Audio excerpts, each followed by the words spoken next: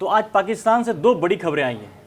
अभी से सबसे ताज़ा तरीन खबर ये है कि वहाँ पर हफीज़ सईद की सिक्योरिटी को बहुत ज़्यादा बढ़ा दिया गया है। वहाँ कमांडो उनकी सिक्योरिटी का उस आतंकी को, लश्कर तोयबा का जो चीफ है उसकी जो सिक्योरिटी है कमांडो को दे दी गई है। और सईद को लाहौर के किसी घनी आबादी वाले क्षेत्र में शिफ्ट कर दिया गया है।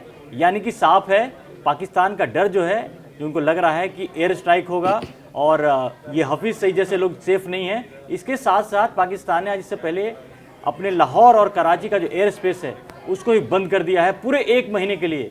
यानी कि पाकिस्तान ये मान कर चल रहा है कि ये मई का महीना जो है भारत कहीं ना कहीं एयर स्ट्राइक करेगा।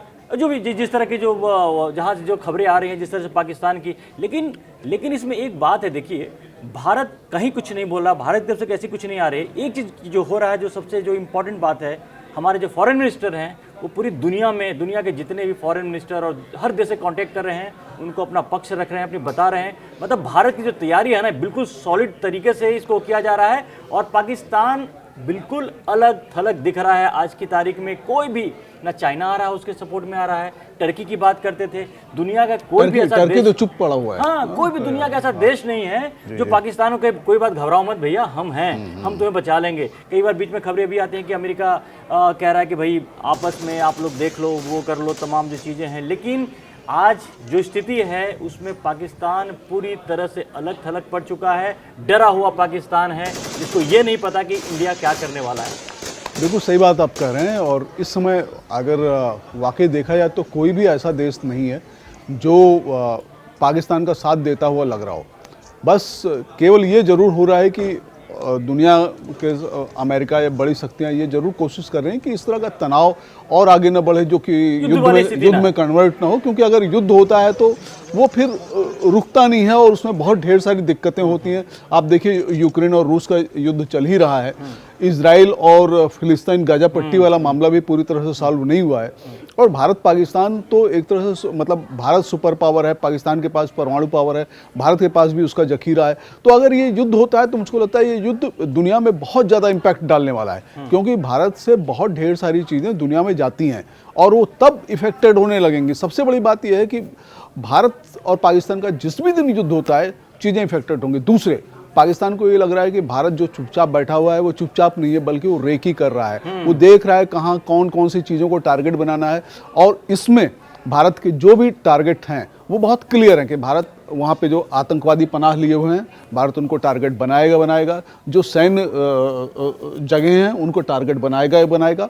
रावलपिंडी भारत के लिए मुझको लगता है एक बहुत क्रूशियल जगह है, जहाँ इस बार इनका प्लान निश्चित रूप से होगा कि रावलपिंडी को ये टारगेट बनाए। तो ही है ना, हाँ, पनाहगार तो वही है। आतंकी वहाँ पर बार-बार यहाँ जब आते हैं। और मुझे लगता है कि देखिए भारत की पॉलिसी बड़ी क्लियर है। भारत की अब तक जितनी भी जब भी इन्होंने इस तरह की हरकतें की हैं तो इन्होंने कभी सिविलियन पे किस तरह से अटैक नहीं किया है। इन्होंने सबक आतंकियों की सिखाया। लेकिन इस बार जिस तरह से भारत ने बार-बार क्लियर कर रहे हैं कि इस बार हम सिर्फ आतंकी को ही नहीं, जो आतंकी के पनाह देने वाले, जो उनके आका हैं, उनको भी नहीं छोड़ने वाले। कुछ देर पहले ही अभी केंद्रीय गृह मंत्री अमित शाह ने भी कहा कि आतंक को लेकर के हमारा एकदम जीरो टॉलरेंस पॉलिसी है और आतंकी को छोड़ेंगे नहीं। तो हर जहां जिस प्लेटफॉर्म से जो बातें आ रही हैं, कम्युनिकेशन बड़ा क्लियर आ रहा है कि इस बार जो आतंक की फसल जो पाकिस्तान सालों से जो उसको जा रहा है ना, उस फसल को ही खत्म कर देनी है। उसके लिए पाकिस्तान की आर्मी सबसे उसको तो नजर में तो है ही। बिल्कुल, इस बार देखिए होगा कुछ इसी तरह का कि पाकिस्तान को वाकई लगेगा कि उसकी कमर टूट गई है। पिछली बार सर्जिकल स्ट्राइक्स में भारत ने एक चिन्हित स्थान पर उसको तबाह किया और वो आ गया। उसमें भारत ने एक तरह से गुस्सा दिखाया कि भाई ये सब मत करो। ऐसा करोगे, अब की बार हाँ, लेकिन अब की बार निश्चित रूप से भारत का बिल्कुल अलग तरह का होगा और ऐसा होगा जिसका जो छाप होगी या जिसकी जो इम्पैक्ट होगा बहुत तगड़ा होगा और बहुत समय का होगा। और सबको मालूम है कि पाकिस्तानी सेना, आईएसआई मिलकर के ये सारी चीज़ें कर रही हैं। तो भारत जो भी रणनीति बना रहा होगा, भारत की रणनीति में 3 ही चीज़ें सबसे ज़्यादा मुख्य होंगी। पाकिस्तानी सेना का हेडक्वार्टर और आतंकवादी, जहाँ जहाँ इनके मुख्य आतंकवादी जो पनाह लिए हुए हैं, रह रहे हैं, वो। तो सारा का सारा हमारी रणनीतियाँ इस समय इन्हीं की इर्द गिर्द होंगे। और इसी दिख भी रहा है जो पाकिस्तान के अधिकारियों ने जिस तरह से अपने परिवारों को विदेश में भेज दिया है। इसका मतलब उनको पता है कि जो हालात क्या होने वाले हैं, उनको चिंता है, उनको अपने भविष्य की चिंता है। क्योंकि इस बार जिस तरह से भारत भी तैयारी कर रहा है कि पूरी दुनिया, और सबसे बड़ी बात है कि देखिए डिप्लोमेटिक लेवल पे सिंधु का पानी रोका उन्होंने, पाकिस्तान चाह के भी कुछ वर्ल्ड बैंक की धमकी दे रहा था, कहाँ है वर्ल्ड बैंक, क्या हो गया, कुछ भी नहीं हुआ है। नहीं उससे कोई फर्क नहीं पड़ेगा। हाँ, जो भी है, जिस तरह से पाकिस्तान बार बार न्यूक्लियर पावर की धमकी देता पाकिस्तान की, हमारे पास न्यूक्लियर बम है। अरे भाई न्यूक्लियर पावर है, सब कुछ है, तो डरे हुए क्यों हो, रहो ना, आराम से रहो ना। इस बात का इंतजार में बैठे हैं कि भारत कैसे और किस तरह से हमला करता है, क्योंकि जिस तरह से नेवी की तैयारियां चल रही हैं, एयरफोर्स की तैयारियां चल रही हैं। लेकिन मिला जुला के संजय जी मुझे जो बात दिख रही है कि बहुत ही सॉलिड तरीके से वही वाली बात है कि जो आतंक का जो जड़ है ना, वहाँ उस जड़ में मट्ठा डालने की तैयारी हो रही है। और इस बार जो भी हरकतें की हैं, जो पाकिस्तान आर्मी ने जो की है, अब बार बार करते रहें, हर बार बचते रहें, इस तरह की चीज़ें भारत उनको कभी सबक सिखाया नहीं है कि या तो करगिल हुआ हो या फिर मुंबई में जिस तरह से टेरर अटैक किया हो, तो बातें जो थी ना आई गई होगी। लेकिन इस बार जो है बातें पकड़ लिया गया है और उसकी तैयारी बहुत सॉलिड दिख रही है। और पाकिस्तान का जो खौफ है, हर रोज खौफ बढ़ता जा रहा है। अगर आप जिस तरह से खबरें वहां से पढ़ लीजिए डेली, जिस तरह से आप बताइए कि आपने 1 महीने के लिए अपना अगर एयर स्पेस बंद कर दिया है, उससे उनका कितना बड़ा नुकसान है।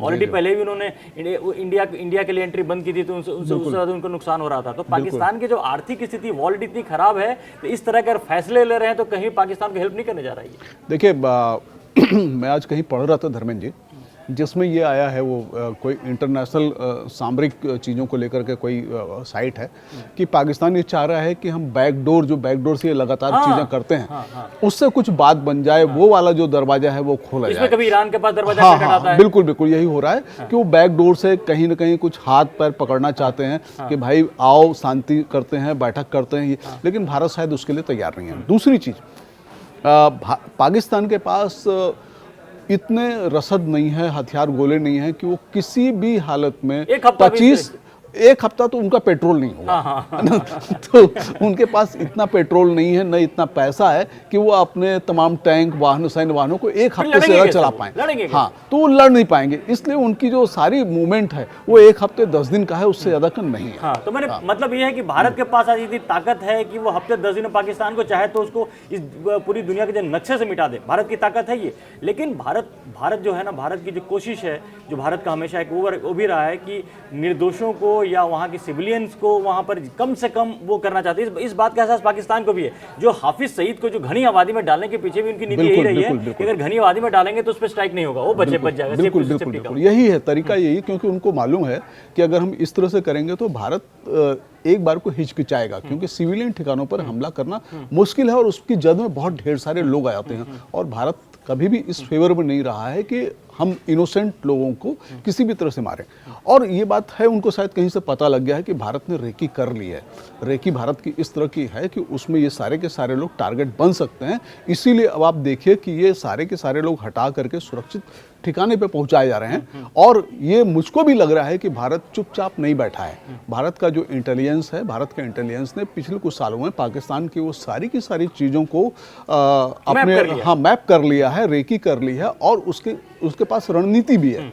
तो ये इसीलिए हम जितना रुक रहे हैं, इसका मतलब ये नहीं कि हम उसको चाहते नहीं है, लेकिन हम वो सब पुख्ता तरीके से करेंगे। दर्शकों को बता दें कि हम जब वीडियो बना रहे हैं तो केंद्रीय गृह मंत्री अमित शाह का बहुत ही मतलब कड़ा बयान आया है। मतलब आप इसको इग्नोर इसलिए नहीं कर सकते। उन्होंने बोला चुन कर बदला लेंगे। अब देखिए, कोई अगर देश का गृह मंत्री, जिनका एक इमेज भी ऐसा रहा है, अगर वो कह रहे चुन कर बदला लेंगे, और जो अब 22 तारीख के बाद से जो अब तक जो हालात हुए हैं, तो ये यूं ही नहीं है। ये सिर्फ कोई चुनावी और कोई जो मसला नहीं है। पाकिस्तान, ये जो अमित शाह की जो आवाज़ है, ये पाकिस्तान के हुक्मरानों को आज नींद तो ऐसी उड़ी हुई है, लेकिन जिस तरह से जो डरे हुए हैं उसमें इस तरह का उनके पास अगर जो जिस तरह का बयान जाता होगा तो उनकी तो पता नहीं, उनको लगे क्या करें, चुन कर मारेंगे, किसको मारेंगे, क्या करेंगे। ये वही वाली बात हो रही है। हालात इनके ऐसे हैं इस तरह के। बिल्कुल, ये बात भी है कि देखिए, भारत की तरफ से बहुत ज़्यादा बयान नहीं आ रहे हैं, बहुत ज़्यादा धमकियाँ नहीं आ रही हैं। भारत चुपचाप अपना काम कर रहा है, चुपचाप तैयारी कर रहा है। पाकिस्तान के सारे बयान केवल इसीलिए आ रहे हैं कि वो घबराए हुए हैं, और घबराए हुए हैं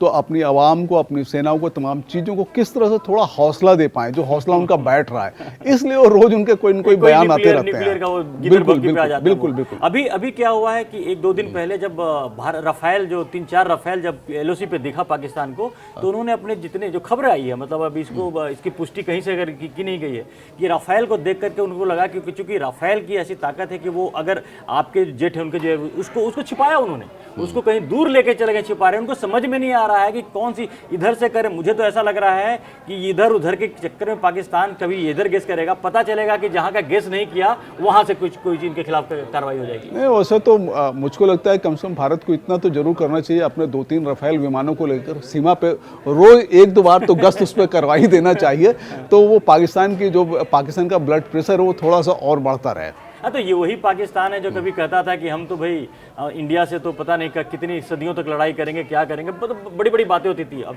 से कुछ साल पहले तक हमने पाकिस्तान के नेताओं को बयान सुनते थे, मतलब क्या बड़ी मतलब शेख चिल्ली, मतलब उसको शर्मा जाए उनके बयानों को सुन करके। और अभी भी जब उनका गला यहाँ पर पकड़ा हुआ है भारत ने, तो अभी भी उनको लग रहा है कि कभी न्यूक्लियर की धमकी, कभी कहते हैं ये करेंगे वो करेंगे। लेकिन कुल मिला की स्थिति यही है कि पाकिस्तान डरा ही हुआ नहीं है, बिल्कुल दहशत में है। पूरा पाकिस्तान आज दहशत में चल रहा है, उसको समझ में नहीं आ रहा है कि इंडिया कर क्या रहा है। और इंडिया, इसमें कोई डाउट नहीं है कि भारत एक बहुत ही सॉलिड तैयारी के साथ पाकिस्तान को वो सबक सिखाने जा रहा है, जो कि हम बार बार ये बात कहते रहे। प्राइम मिनिस्टर ने भी कहा था, वही बात ही है कि जो कई पीढ़ियां याद रखेंगी, जो आज जो वहाँ के आर्मी और वहाँ जो आतंक को पालने वाले जितने भी वो सिस्टम वहाँ का है, वो सदियों तक याद रखेंगे कि किस तरह से भारत ने कार्रवाई की है। और इस कार्रवाई के इंतज़ार में पाकिस्तान की जो भी हालत है, वो इतना डरा है, इतना परेशान है, उसको समझ में नहीं आ रहा है करे तो क्या करें। और सबसे बड़ी बात यह है कि आज पाकिस्तान के साथ दुनिया का कोई भी देश खड़ा नहीं है। जिनको अपना दोस्त मानते थे वो भी उनसे छिटके हुए हैं। तो पाकिस्तान अलग थलग